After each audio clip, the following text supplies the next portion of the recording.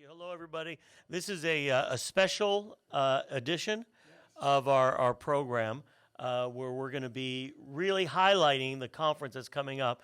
If you've been partaking of any of the editions of these programs, you know how important this conference is. It's not just something that we're doing. It's something that we feel the mandate of the Holy Spirit to release this information. So please share right now. Right? How do you do it? Stop what you're doing. Hit the button. You tell them how to do it. Actually, right now, if you're watching right now, there is one of the icons that you can click is share. Even while you're watching this live, you can click share and start a watch party if you would like to do that. And that gives you the opportunity to stay connected to us as we stream this live. But now you're hosting it on your own page. So even if they don't know how to do it, That's right. well, you're telling them just hit the share. Hit the share button. How do you do a watch party? A watch party is something, it's an automatic feature that Facebook has. Oh, they'll just do it. They'll put it on. It'll open up a All right, new page. good. Everybody, 100 watch parties. Let's get it going. Yeah, it's been really, really great. And we've been here for about 5-6 weeks, I think. Yeah. It is covering different topics. And tonight's a unique night. We're going to do something a little bit different. But it all has the same heart, the same spirit in mind of wanting to prepare everyone's hearts for what is coming at the end of this month. And now we're just under 2 weeks away, right? So Yeah. just Wow. a little over a week away. It's the End Times conference that we have called Return.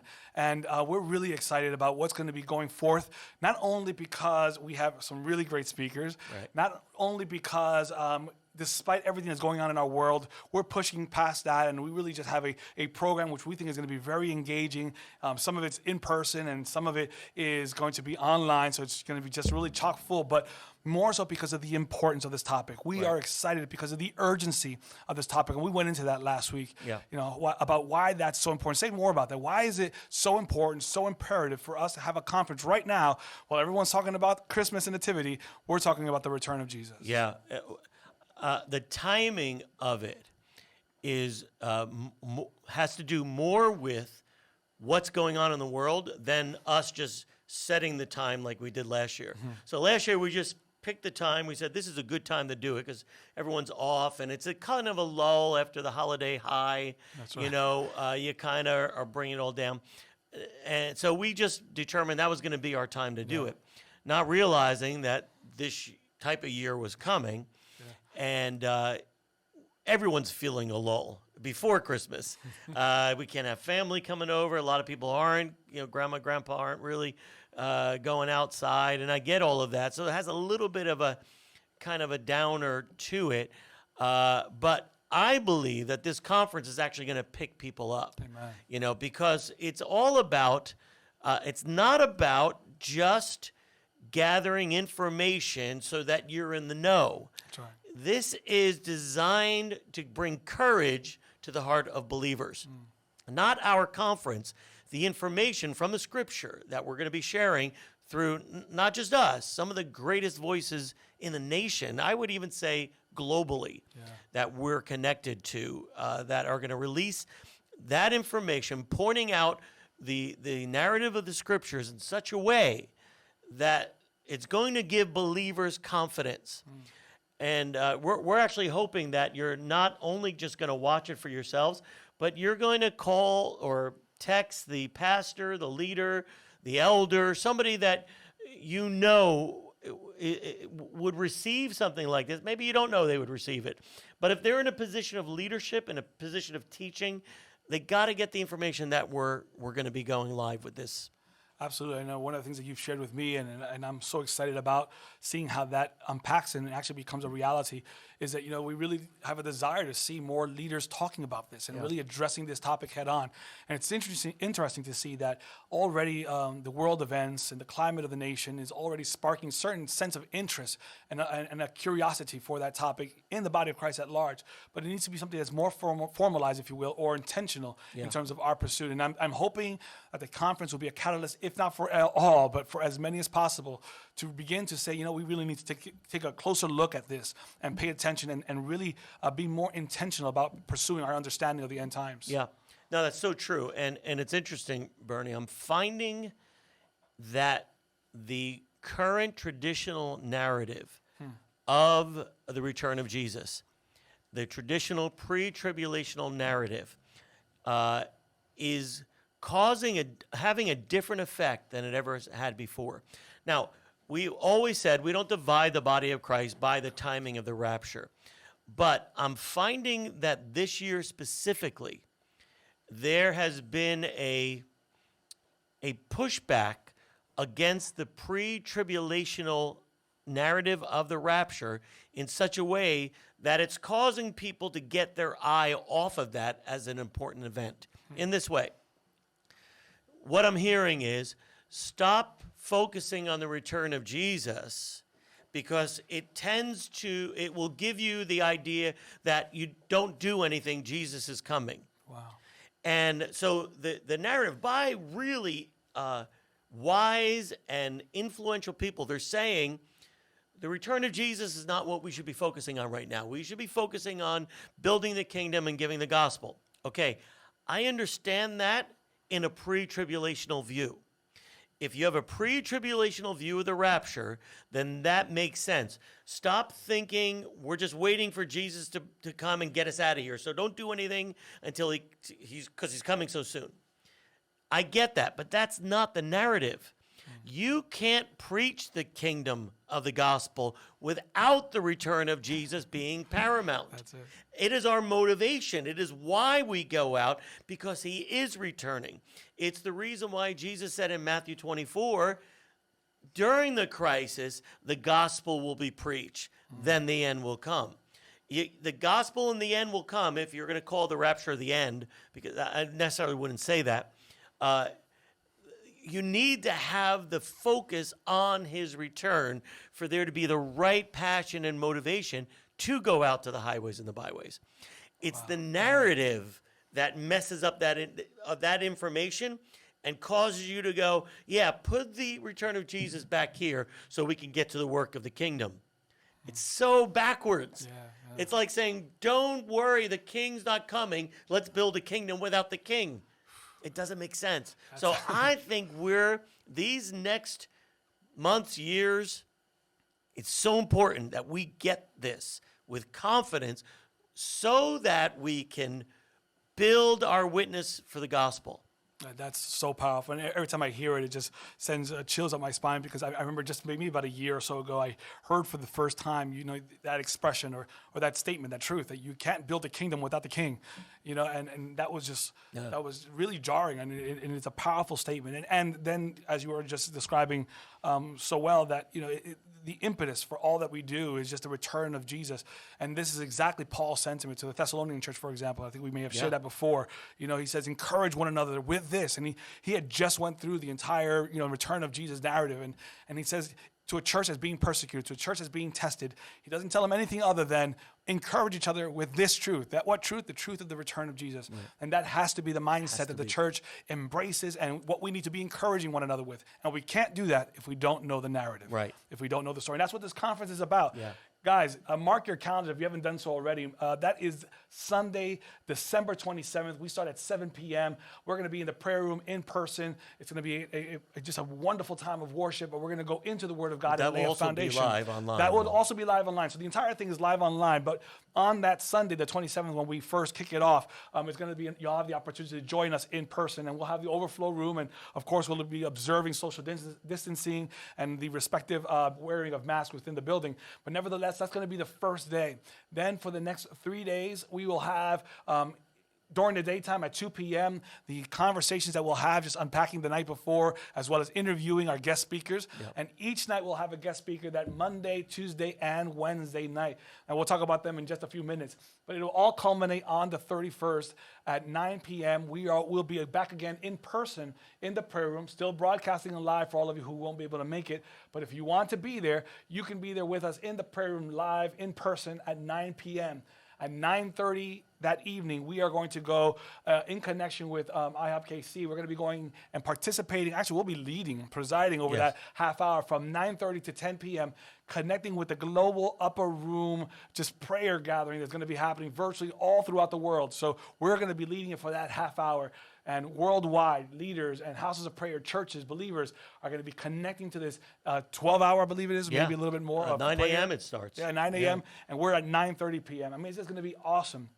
And we don't want anyone to be left out of this. So make sure you're just connecting. We're going to have more information as the days approach, but that's kind of where we're at. And that last night also, we're going to have a wonderful time of fellowship, and we're going to do a beautiful, I want to say, leaving 2020 with a bang. Yeah, And that's a couple of surprises there. We won't say too much now, but I want to talk about those 3 days, that Monday, Tuesday, and Wednesday. We have guest speakers, and we have some really provocative topics I think are so important. Yeah, and let's not forget the worship leaders also. Oh, that's There right. is going to be worship in the evening sessions. We've gotten in touch with Justin Rizzo, who's a regular here at IHOP EG, and also John Thurlow, who has recently gone on his own tour. But both of them are friends of ours, and they're going to be part of the return conference on Monday night. Justin's going to be leading with his wife Naomi a 20-minute segment. And then on Tuesday night, John Thurlow will be leading a 20-minute session.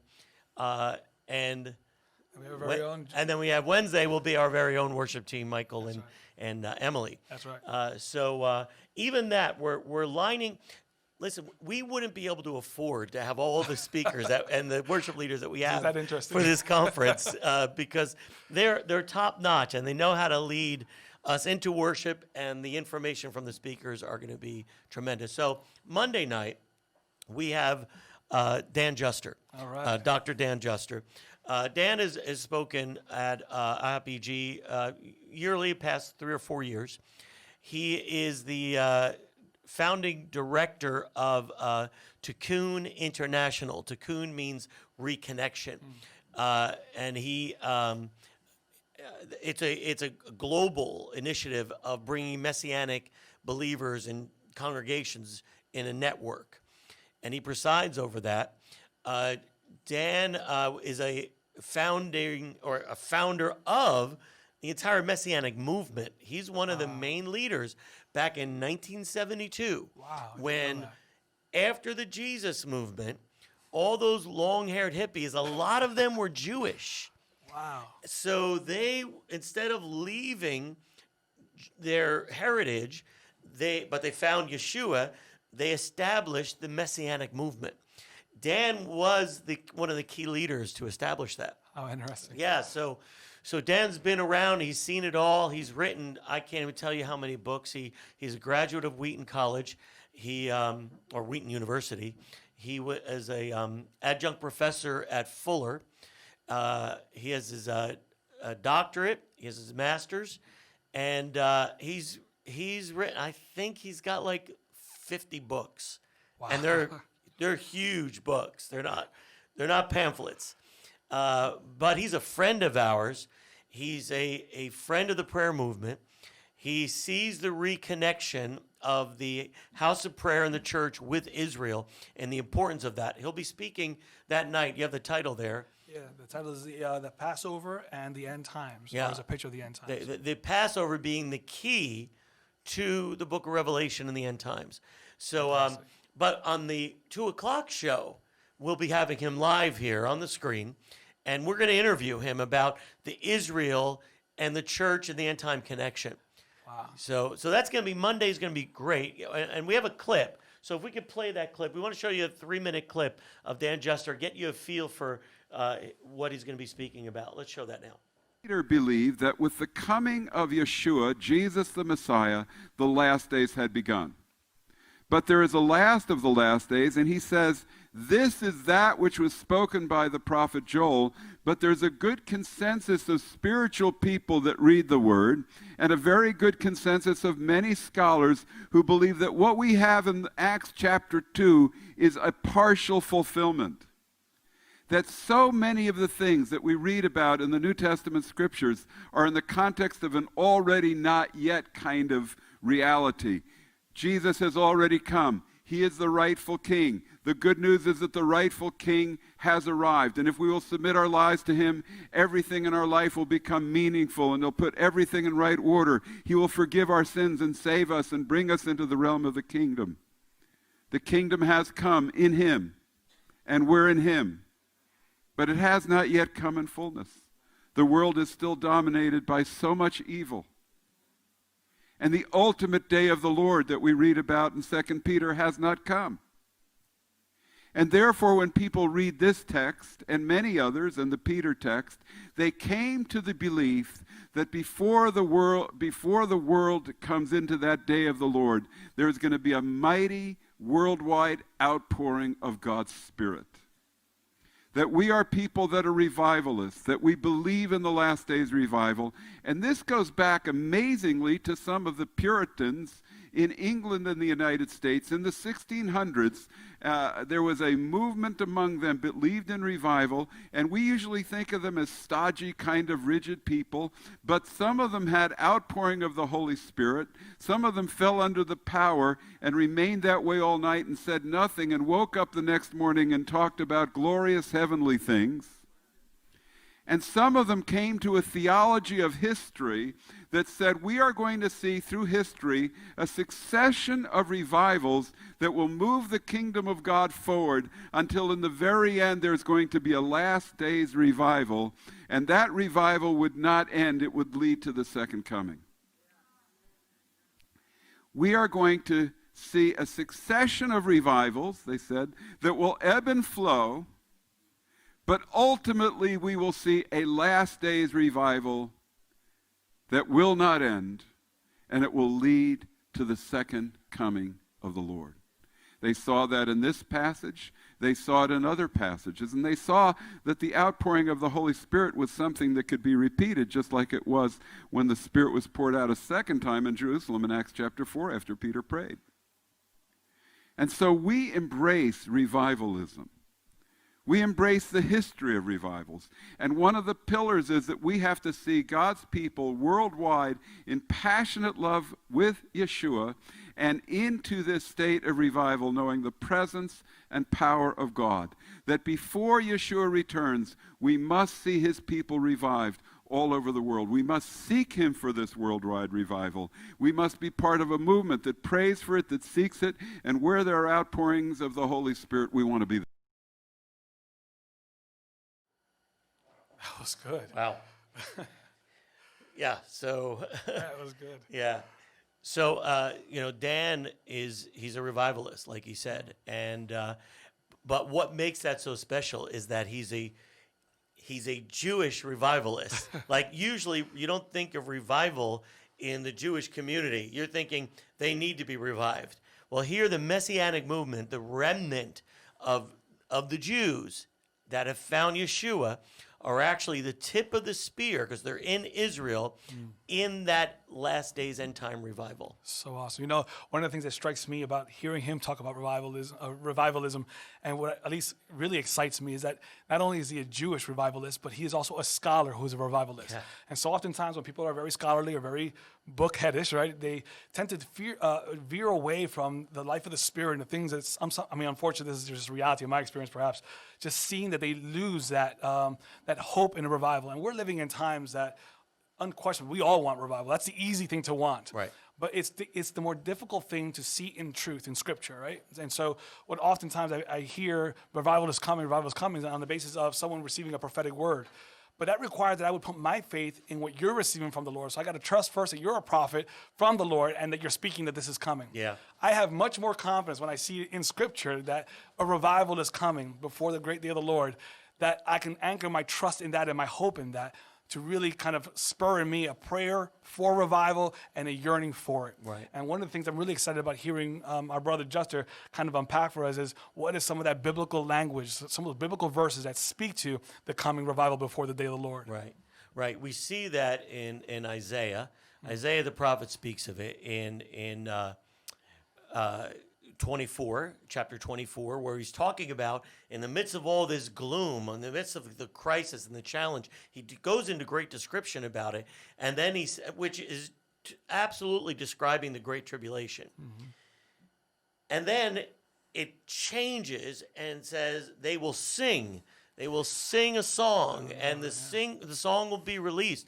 And the paradox of those two things happening says there's going to be a great revival of the church in the end times. Now, I like how Dan said there are successive revivals before that, but there's going to be one big end time revival that happens in the midst of the greatest crisis that the world has ever seen. Isaiah 42, he says the same thing. He goes into a little more detail where he's commanding the song to go forth from the coastlands, from the wilderness, from the mountains, from the cities. Sing, everybody sing. And it says that the passion will arouse in the Lord, and he will shout. Wow. Yeah, then he goes, yes, he will shout like a woman in labor, and he will come and destroy the enemies. Whew. I mean, there's so much in, we think great tribulation, we go, oh, no, but the church is going to be at its strongest. Is there going to be martyrdom? Yes. There's going to be persecution? Yes. But the church is going to be at its strongest level during the time of the greatest crisis. And that's going to be powered by the Holy Spirit. And then what do you see in Revelation chapter 7? You see the result of that revival. Every tribe, every tongue, every nation cannot be counted. There were so many. They could not count. And what are they singing? Salvation belongs to our God. It's the redeemed, the redeemed of the Lord. And then if you're saying, well, that's your interpretation. No, it's not. The elder said it to John in heaven when John said, I don't know who they are. And he said, these are they that have come out of the great tribulation. Hallelujah. It's just a powerful, powerful picture that Dan points to. And it's great that is Israel, Jewish perspective is what drives that revival. So awesome. That Jewish eschatology being brought to the surface this way really just anchors everything that we know, believe, and hope for. Some of us have just heard about the coming revival and don't really know where it's coming from. I mean, I'm telling you, if I'm definitely going to be bringing a notebook and pen to every session because I want to sit and take those notes down and really just revisit those verses later in my personal time because it's going to be that kind of really just solid word that's going to go forth. And we need to know this language. We need to know why we believe the things that we believe and why we hope for the things that we hope for. Yeah. It's not just a prophetic word that's being released in the charismatic Pentecostal circles. It is the promise of the word of the Lord concerning the day of the Lord. And we have to be clear on that topic, I think. Absolutely. So that's Monday night. That's just day one. That's Monday night. That's the second night, actually. All right. And then Tuesday at 2 p.m., we'll do a live interview with a dear friend of mine, but he's not just a dear friend. It's just, I say that so we know that we didn't just pick these people out of a hat. We have a relationship with them. We know their story. We know where they're coming from. And that friend is Charles Cooper. He likes to be called Coop. I still call him Charles. Charles Cooper. He is a Dallas Theological Seminary graduate, and he was a professor, taught at Moody Bible Institute, and he's another one, like you said. He's a scholar. He's a Greek scholar, and he's. My backstory with him is that he's so real. He's just a regular guy, but he's scholarly. I mean, it comes across too. But every now and then he gets a little out of his scholarship and lets it go. But I was reading a book, it has to be 20 years ago, that had a phone number at the end of it. I was so intrigued by this end time book, and I dared to call the number. And it was his cell phone. He actually had a cell phone in number the published book. I love him already. I mean, I said, hello. He answered it. Hello, this is Charles. I'm like, what? You're the guy, And anyway, I got to speak with him, and he poured into me over the phone from that point forward. And I visited him down where he lives in Florida a couple of times, and we've met in person. He has come to EG. And I remember, I'll never forget what he said. He came to Eastern Gate, and afterwards he said, I love this key that you have, the prayer room married to the end time message. He said, I love that. And he started to go into why he loved it. So anyway, he's that kind of guy. And he's been globally teaching on the pre-wrath rapture synthesis, the the end time message, the book of Revelation, the prophets. He's done extensive studies on Daniel chapter 9 prophecy. He's written a book on that. He's written a book on the Great Tribulation, which is going to be his main message on Tuesday night. So you're really going to enjoy him in this. So why don't we show the clip, let's do that. and let's comment on that. Billions, probably billions of times a day, people take his name in vain and use his name in the most awful, nasty way. And yet he has not broken out on humanity yet. But one day he will. And it'll be payday for the vulgar use of his name. Day of the Lord, when God will come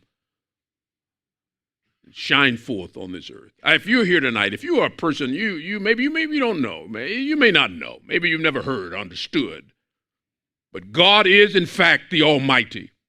He in fact reigns above all. He in fact sustains all by the word of his thought, including your life. You rest in his thoughts.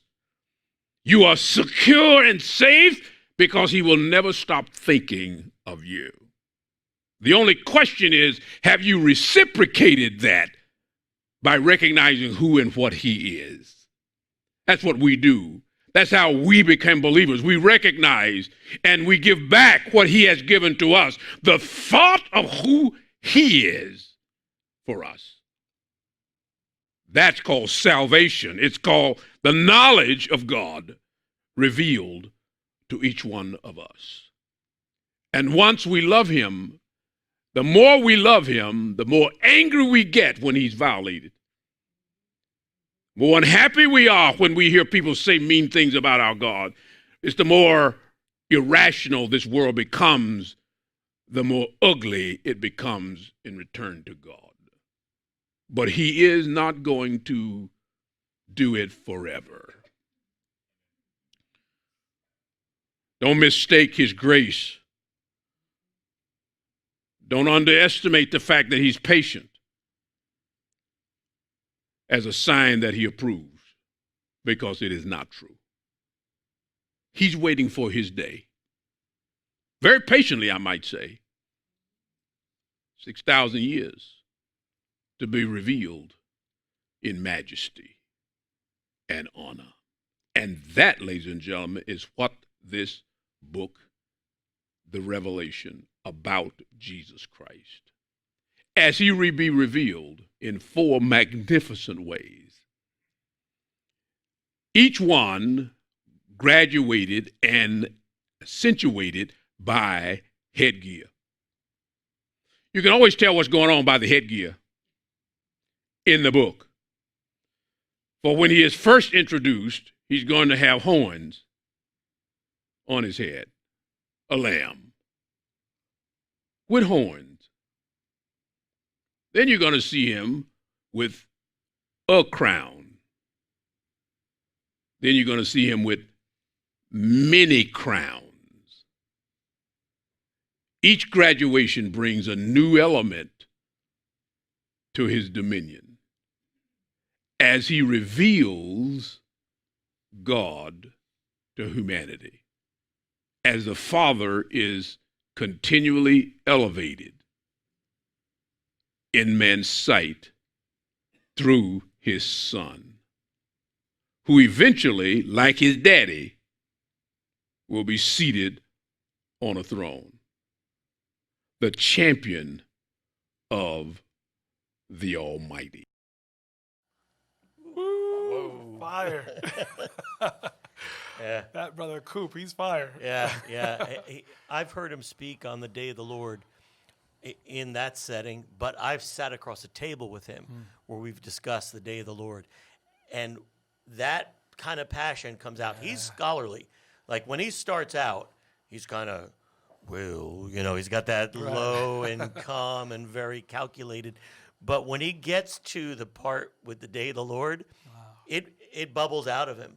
That day is coming, and he's looking at the atrocities that have happened that has blasphemed him. And he said that is going to end on that day. The Lord will be exalted above everything. It's that day that in which everything will be revealed. Every motive, every prideful directive will be revealed. This is why I say to a lot of leaders, as much as possible, stay low. The potential for pride to sneak in is great in the human heart. The entire world is run by pride. Wow. Every bit of immorality, evil thought, getting ahead is all run by pride. As leaders, as people in the body of Christ, stay low, be humble, get as close to the ground as possible when he is exalted above everything. So Charles just has that push. Now, he'll be speaking about such an unusual topic, and I've never heard anyone speak on it before, which is, what's the title? The title is How to Survive the Great Tribulation. How to Survive the Great Tribulation. Now, the reason being why there's not a lot of subject on it is because the narrative is such that we're out of here before the Great Tribulation. That's not the narrative of the Bible. That's right. In the midst of revival, in the midst of the pouring out of God's Spirit, there is a survival factor that has to exist upon the church. And Charles is going to break that down. He has notes and slides, and it's something that you're definitely going to want in your book out, in your pen or computer or whatever. And I don't know if you can record it or go to it later or whatever. You could stop it. But he's going full on with this information. So you don't want to miss Tuesday, 2 p.m. 2 p.m. is going to be our casual interview with him. Our casual interview, which will be, we're going to be discussing with him the narrative of the pre-tribulational rapture. Absolutely. We are going to discuss that narrative at 2 p.m.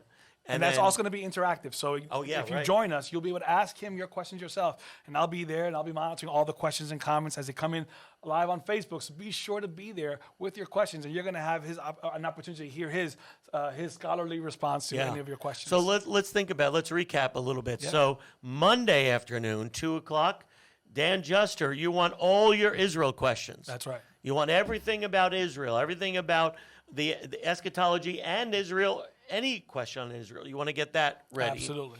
And then Tuesday is going to be all on Tuesday afternoon, all about the rapture, the pre-tribulational rapture, the pre-wrath view, all the different views. He's a major influential voice in the pre-wrath view, if I'm not mistaken. So he's definitely the guy. If you've been having questions, wrestling with trying to understand it, that's the guy that you want to ask and bring your questions to. So make sure you join us during that time. Let me just say this about the pre-wrath view also. Zondervan had put out a book. It was the staple of the views of the rapture. It was called The Three Views of the Rapture, and it was called pre-trib, mid-trib, post-trib. Since the pre-wrath has been going forth the last 20 years, Charles is a big proponent and a voice in that. Zondervan has changed the three views. Wow. You'll never read about mid-view anymore, mid-trib. That's pretty much been, It's now Zondervan's book, that classic book, is pre-trib, pre-wrath, post-trib. Look at that. No longer now. Pre-wrath is not a version of mid-trib. It's not a version of mid-trib, and people get that confused sometimes. They go, well, you're mid-trib. No, pre-wrath is not mid-trib. Right. Mid-trib is just proven not to be a viable position. But pre-wrath now is in line with a viable position with those other classic views. That's good. I didn't really realize that. I mean, if you look online, I mean, I'm sure many of you are going to do this anyway. You'll look up the person and Google them, if you will, and look up videos and teachings. I mean, the things that he has to say and the level of depth, the amount of material that he's produced on this topic. I mean, he brings such a wealth of information to the table. I mean, and just between Monday and Tuesday, we have representative of Moody, Fuller, and Dallas Theological Seminary. Wow. Three of the foremost, most top-notch seminaries of the nation, if not maybe worldwide. I mean, scholars renowned scholars have come out of these institutions, and these two gentlemen carry titles and affiliations with these institutions. I mean, so they're bringing a lot of real, sound, thoughtful, exegetical study from the Word of God.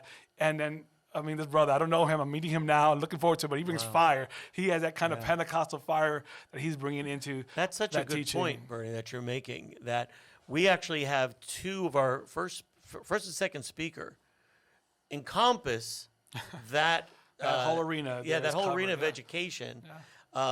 Dallas Theological Seminary, Wheaton, Fuller, and Moody. Four. In two people. If you're inviting people that are on maybe a scholarly level, they wouldn't necessarily tune into a charismatic conference, right? That's right. This is one that there is so much credibility in these two speakers. Absolutely. So much credibility that will speak to that, what would you call it? Yeah, that's just that circle of academia. That oftentimes just tends to stay in the academic, and they're not open to the Spirit, and they've just become, all this beauty that is the Scriptures has become head knowledge for so many, unfortunately. I mean, I've heard people crack jokes, which I don't think is always fair, that the seminary is more like a cemetery. Yeah. But the reality is that you can still be filled with the Holy Spirit like these two men are, just full of that joy and that passion, and still do some really good scholarly research when it comes to the Scriptures, and unpack them as they deserve to be unpacked with great scholarly care. And I'm looking forward to meeting these guys and really being able to hear what they have to say. So that's Monday, and that's Tuesday, 2 o'clock and 7 p.m. That's right. 2 p.m. and 7 p.m. 2 p.m. is the Q&A. That's right. Right? So you want to make sure you're part of that. Now we're going to go to Wednesday, because we're not done yet. We're not done. Now, there's still more that we have in this conference. That's right. So Wednesday, beginning at 2 p.m., we have Joel Richardson. He is the New York Times best-selling author. He's authored, probably 6, 7, 8 books that are all in the end times. He's a global speaker, a filmmaker. He's made many of the end time films through FAI. It's another group that's based in Israel. He's missional. He's an evangelist. He's I don't know, how would you say, a part-time archaeologist. That's right. He's gone into places in Saudi Arabia. I remember he was speaking at a conference at Eastern Gate, and he got a text from somebody in Saudi Arabia talking about the prince of Saudi Arabia that was missing at the time. Wow. And he's like, oh, I just got it. I'm like, on your phone, you got a text from someone in Saudi Arabia. Like that. He's that guy. That's impressive. So, but his knowledge and his view in the Scriptures of the end time and the current view of where this is all going to take place, the Israel-centric position, that the Bible is Israel-centric. The end times is about Israel. It includes the world, but that's the central point. He's probably brought that out, and there's several that I've had, but none as good and as clear as Joel, in my opinion. Absolutely. I mean, Joel's a guy who's really dear to my heart, only because I consider him to be like a COVID buddy. So during the first, crisis that we had in the beginning of the year, I decided to pick up one of his books, and I started reading through it, and I was captivated. I mean, his writing style is just really succinct. I mean, just really well researched. It was the Islamic Antichrist. That turned me on to When the Jew Rules the World. Wow. That turned me on to Mystery Babylon. That turned me on. I mean, I just started reading each one of them. I went through 4 books during the COVID crisis through Audible and through reading. And I'm right now in the middle of his latest book, from Sinai to Zion, which is fantastic. I mean, it's definitely a good read. And I mean, just the amount of attention he pays to details in the Scriptures, and at the same time celebrating the Scripture and bringing life to it. I mean, I'm just so excited to have him here. Yeah. He's been a friend in my head, and I'm finally getting ready to meet him in person. And I know that we're going to be greatly blessed. I mean, just listening to what this man is going to unpack for us. His topic is perfect for him. I mean, I don't think we could have gotten a better person to speak on this topic. Can I give him the topic? Yeah, sure, yeah. His topic is the untold story of the triumphant return. Oh, that title alone gives you goosebumps, right? Yeah. And to hear this man unpack that. And that story is, he takes all of the Old Testament Scriptures and he puts together the storyline of what happens. See, we think Jesus returned in the clouds, we disappear, and that's it. There, right. What happens when he lands on the earth? The Isaiah 63, he that comes from Edom, the mighty warrior Jesus that actually goes to release Israel from captivity and draws this army back to Jerusalem before the Battle of Armageddon at the foot of Mount of Olives. He has that story. He's not making it up. No, It's the witness of the Old Testament prophets. It's all scripture. And it's so good how he put that together. I've done somewhat of that research, but Joel just grabs it all and puts together that narrative that is so exciting. So anyway, I actually requested that from him. I said, you have to speak on that. It's what I want to hear. But on the afternoon, we'll be speaking any of the Q&A that you might have with Joel in the importance of the Middle East, what's going on with Turkey, Saudi Arabia, the Abraham Accords. He's just so well connected in all that's going on in that arena. So Wednesday, you're going to want to be a part of that in the Q&A, and that will be the geopolitical landscape of the end times, and that's going to be with Joel Richardson. I mean, again, I don't think we could have found a better guy to be a part of this, specifically speaking into that topic. And it's going to be really excited to have him in our midst and to be just kind of, I would say maybe the last guy in this trio of invitees that we have. Let's get to the clip. Oh, that's right. Yeah, we've got a clip. Let's show the clip, but we're going to Absolutely. talk Sorry about it. about that. Go ahead. So here's the thing with the end times, is most often when Christians think end times, this is what immediately pops in our head. We think Antichrist, mark of the beast, the Great Tribulation, which nations are going to join together in a coalition to invade Israel, and all of these type of things. And this is a very important and central part of the end time story. This is, as believers, Jesus expects us to sort of understand these things. He wants us to know the signs of the times. However, just for clarity's sake, I think it's important to emphasize that that's not the primary focus. Okay, so Jesus used the analogy. He referred to all of the events that would precede his coming. He used the analogy of birth pains. So husbands, imagine if you and your wife are having your first child and you come home from work and your wife's like, honey, all day long, the due date is coming up. It's in February, and I've just been thinking all day about the birth pains. It's like, wait a minute, what? You do realize that it's not primarily about the birth pains, right? And they're like, no, I'm just thinking, it's going to really hurt. And husband's like, okay, honey, I think we need to go get some Prozac or something. You know what I'm saying? Like something's a little bit off here. Now, for clarity, again, if you're a good husband, you're going to go to the Lamaze classes and you're going to, learn how to breathe and do all the different things. I mean, there's, that's part of it, but that's not the main focus. The main focus is that there's a baby coming. And then my oldest daughter just turned 20, so also, by the way, there's a lot that happens after the baby. There's a lot of planning that goes into this whole thing. But there is something that's coming, and as believers, our primary focus is not the Antichrist, the mark of the beast. Again, he wants us to understand those things. What do the scriptures say about those things? And I can talk about those things all day, but that's not the primary focus today. But our primary focus is the return of Jesus, the establishment of his kingdom, and this is our inheritance. We're Christians, right? Why are we here? What are we here for this morning? We're here to worship Jesus, but it's ultimately because we gather together on a regular basis to encourage one another. Why? Because we share a common future and a common hope. Look, I gave up drugs for a reason. It's because I exchanged it for something much better, right? We forsake the pleasures of this world because we have a common future inheritance. And so we gather together to encourage one another concerning that which we are laying down our lives and embracing the cross for every day, because that's what we're looking forward to, right? And then we leave, we go out, and the world does everything it can to discourage us and say that stuff is just a bunch of nonsense. And so we gather together on a regular basis to remind ourselves That, look, how many of you are like me? I know the world's changed. It used to be the Pink Floyd song, you know, every day the paper boy brings more. You know, here comes little Jeffy on his Huffy with bad news.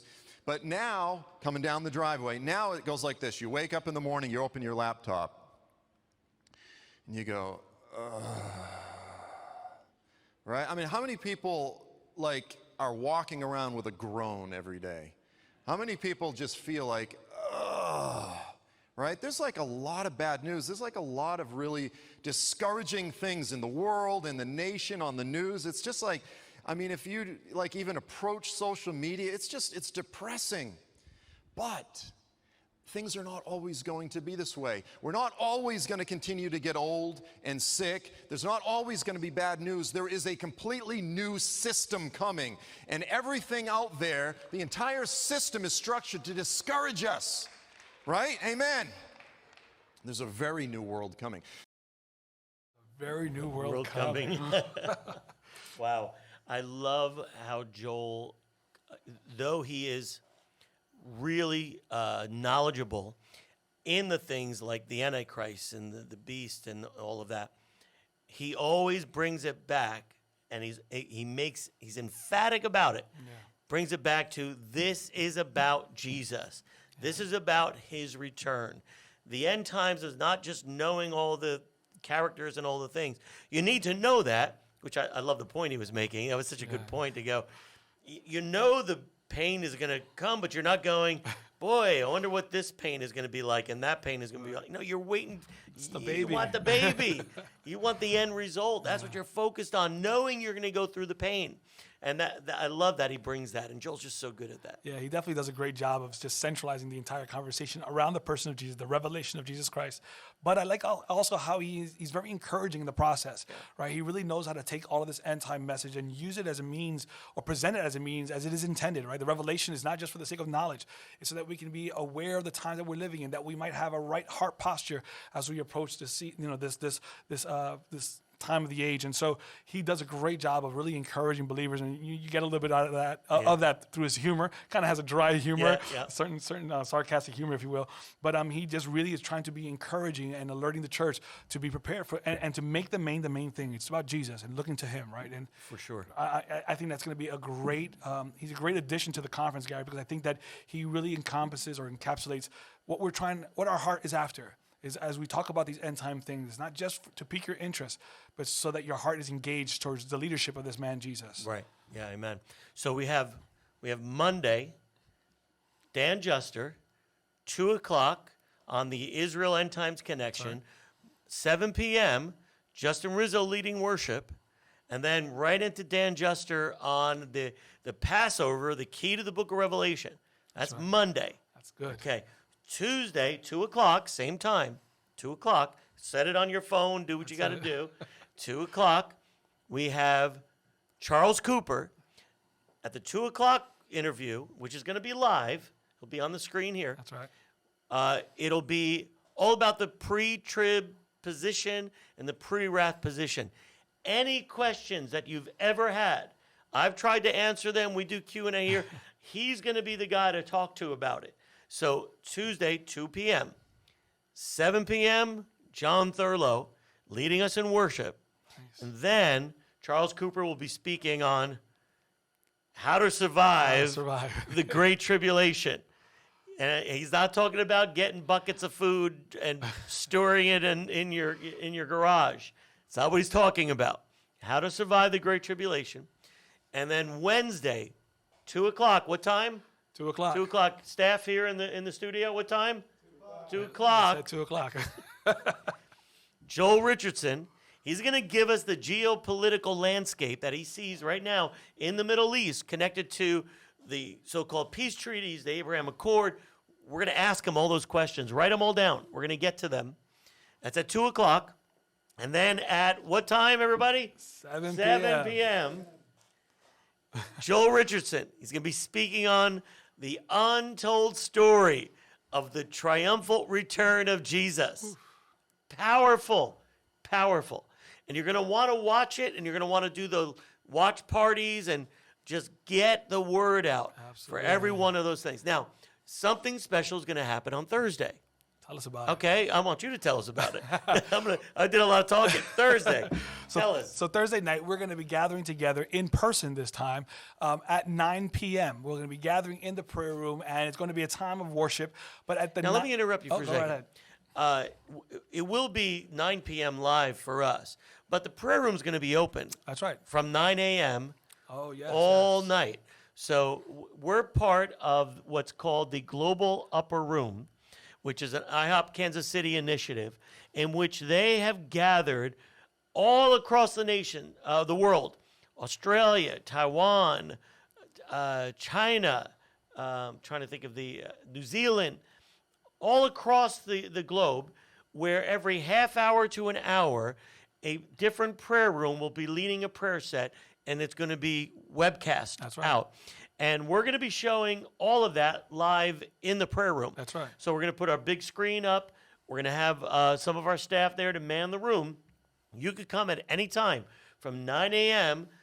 to 9 p.m. when we right. start the live performance to witness and be a part of that global intercession that will be going on all over the world. Powerful. Yeah, it's gonna be a beautiful day. I mean, if you have time that day, take a few hours and just come into the prayer room and just begin to consecrate your heart to the Lord and join in this global intercession as an expression of the bride, ready to receive the new year. And we're so excited about that. Right. But more And so at because 9 now we get to be a o'clock, part of it. right. So at 9 o'clock in the prayer room, we're gonna go live with our own worship. But at 9:30, the handoff is gonna happen to the Eastern Gate prayer room. Wow. And so they're gonna be handing it off for us. That global intercession is gonna be handing it off to us here in Cranford, New Jersey. And from our humble prayer room, we're going to kick off leading a time of worship and intercession. I believe you're going to be presiding over I'll it be yourself. prayer leader. And he's going to be the prayer leader for that half hour from 9:30 to 10 p.m., leading believers from all over the globe in a time of worship and intercession with our team that will be playing live and just going in. And everyone in the room And will everyone in be the room in is that welcome to be there intercession. with us. Right? We're going to be all a part of this, leading the planet, if you will. That sounds so Yeah. audacious, but Wow. it is a reality. It's a bridal representation from the entire planet, joining us in a time of worship and intercession from 9:30 to 10 p.m. before we hand it Our off. little Our little Bethlehem stable That's right.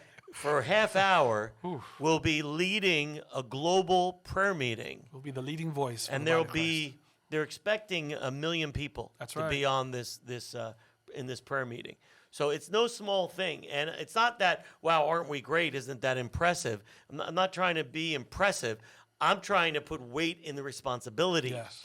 that we will have for 30 minutes, the responsibility to lead the planet in intercession. And we want you to be there live. It's not me, it's not the worship team, it's that prayer room. And even if you're not regular participant in our prayer room, come that night and be part of that expression, even if it's just for the half hour. Yeah, I mean, I don't know if everyone can really. I mean, you guys haven't probably had a chance to really process what that means. I mean, think about it. While we are worshiping and leading in prayer, someone on the other side of the planet, maybe 3, 4, 5, 6 o'clock in the morning, is in tune with us. Yeah. Because they're pressing into this 12-hour, 14-hour, I'm not sure how many hours it is altogether, but just this block of time of just worship and intercession of the body of Christ coming together. I had the opportunity of sitting with you in one of the coordination meetings that were happening, trying to organize this, and just seeing on Zoom, the little squares from all over the earth. I mean, some places had sunlight and some places were in darkness, just because they were connecting and coordinating. And that's how important this is. Everyone's heart and emotion is with great expectation to see the body of believers from all over the planet come together in one voice under the banner of one name to worship that one man, Jesus.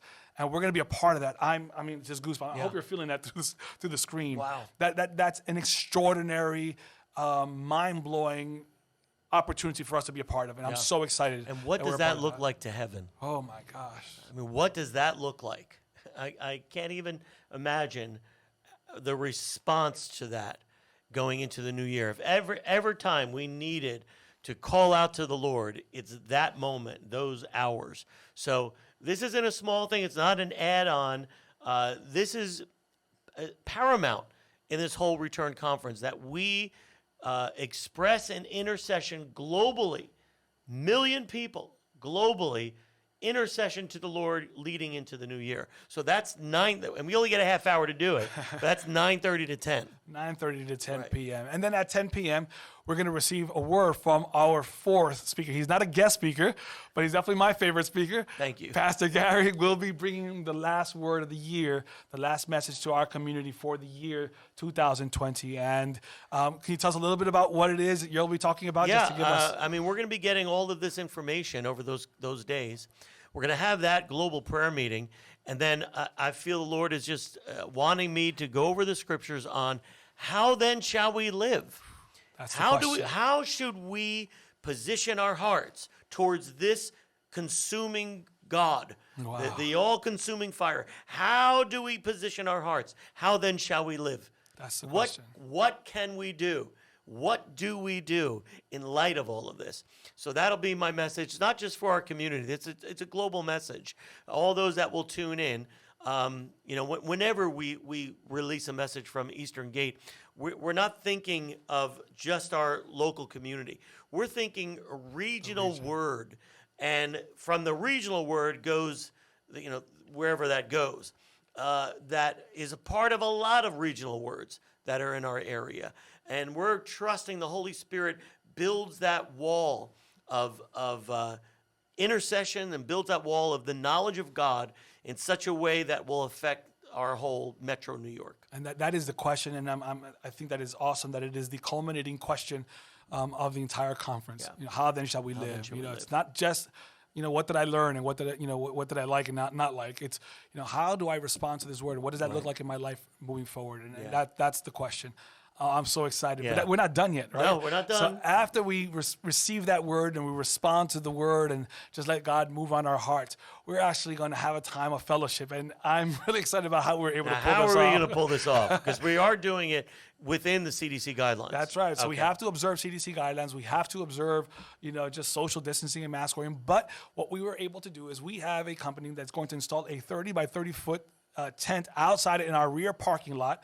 And it's going to be a heated tent. Oh, I was going to say it's going to be cold, It's going to Bernie. be cold, All right. but it's going to be a heated tent. So you're going to be comfortable under the tent as we go there. And we have been able to set up a way of dispensing food, actually specifically desserts and pastries with some hot cocoa and coffee, so for us to fellowship in a way that is hygienic, in a way that is CDC responsible. And so we're going to have it all nicely covered, and it'll be given to you. I believe it'll be kind of like a grab bag kind of a thing, so that you can ingest and partake. But the idea is to be able to fellowship.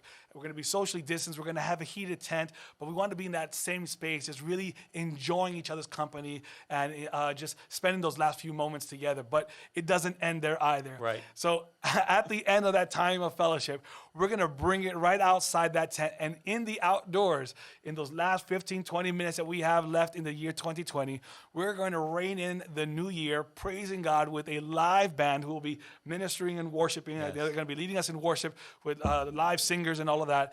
And then we're going to have, instead of a balloon drop, like we would have done indoors, we're going to have a balloon release. And maybe something else. We are working on a nice, spectacular, explosive way, if you will, of ringing in the new year. I won't say much more than that. Okay. To just really add on to the enthusiasm and excitement that we have about what the Lord has in store for us in the new year. But we want to invite you to come. But in order to participate, and this is very important for all of you to hear and really adhere to this, if you want to participate with us that evening, On the Thursday. on that Thursday night, only for that Thursday though, if you want to participate with us live in person at the prayer room, you need to register. We need to know that you're coming, and let us know how many of you are coming with you. It's only because we want to be able to gauge the head count and monitor the amount of people we have in our location. So with that being said, the way you can do that is you can call the church office and speak to Yvette. I'm going to put the information or that specific number and the link that you need to know specifically. I'm going to put it in the comments section in just a moment.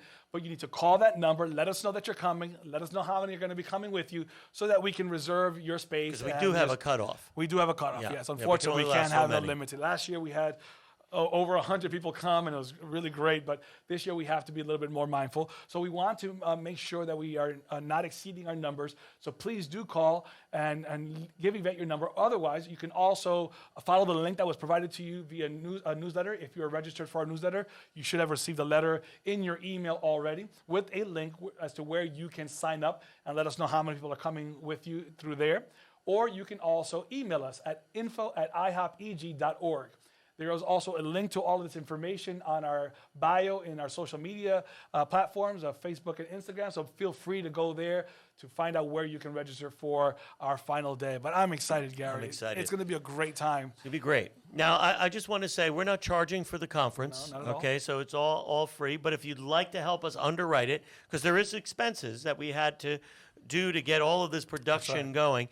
There is end of the year giving that we'd like to ask you if you can help us underwrite the cost of it. Then if the Lord moves on your heart, only if the Lord moves on your heart, then we want to make that opportunity available. How would they do that? You would also go, thank you very much, and I really do hope that you give some prayerful consideration to perhaps giving and contributing to that which we're trying to accomplish. And so if you feel so inclined, feel so led by the Spirit to be generous in your giving, you can go to the link in our bio as well in either Facebook or Instagram, and where it says, I want to give, that is your opportunity to give. And there's an opportunity there for you to specify, this is for the year-end celebration or however you put want to return. memo that. Just write return. Even better, put Yeah. return. And we'll know that that's how you want those monies to be allocated. So we want to thank you again for just being with us tonight.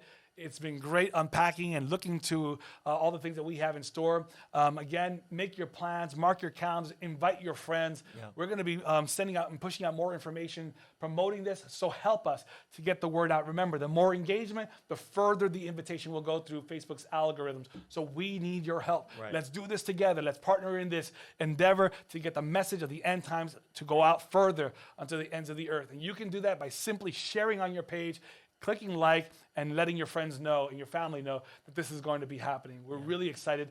Mark your calendars for December 27th through the 31st. Great. All right. We'll see you then. Take care, guys. Thanks, Barry.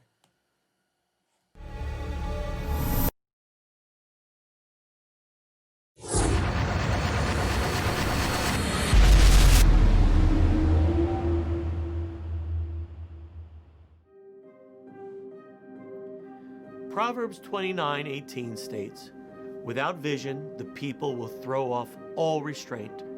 In other words, if people can't see what God is doing, they will stumble all over themselves. But when they attend to what He has revealed in the Scriptures, they will overcome to the uttermost. I'm Gary DePasquale of the International House of Prayer Eastern Gate in Metro New York with a special announcement about this year's Return Conference. As we have seen all year, there has not been another time in recent memory that has revealed more confusion, instability, or division than 2020. And I don't mean in the nation, I mean in the church. Have we lost our vision from the Scriptures of what God is doing? We are quick to quote the storyline of man-ordained so-called prophets of our day, but can we quote the storyline of God? There is no doubt that there is a stumbling in the church, and the symptom reveals the ailment. We are lacking in God's vision for the globe, His return. The church is biblically mandated to know the generation of the Lord's return. Not the day, not the hour, but the generation. Jesus harshly rebuked the religious leaders for not knowing the time of the visitation of God in the first coming. How much more will we be rebuked as the ones that not only have the benefit of time and history, but we have the Holy Spirit wanting to confirm the word of His return. When you see these things begin to happen, lift up your head, for it will come. What position is your head in? What are your eyes looking to? What has been the subject of your confession of faith? American destiny? Political authority? Societal morality? There needs to be a radical shift of the position of the church quickly, or we will be subject to the rebuke of Jesus that He gave to the Pharisees when He said, "For days will come upon you when your enemies will build an embankment around you, close you in on every side, and with your children within you, level you to the ground. And they will not leave in you one stone upon another, because you did not know the time of your visitation. Join us at the end of the year for 5 days of some of the greatest voices in our nation concerning the days that are upon us. In both interview and lecture form, the message will inspire you to search out the scriptures for yourselves and get us back to His vision. We all want and are looking for revival, and it is coming. But know this, that the move of God always brings us to the place of challenge. Revival is always met with tremendous pushback, and there is only one revival truth that will sustain us: return.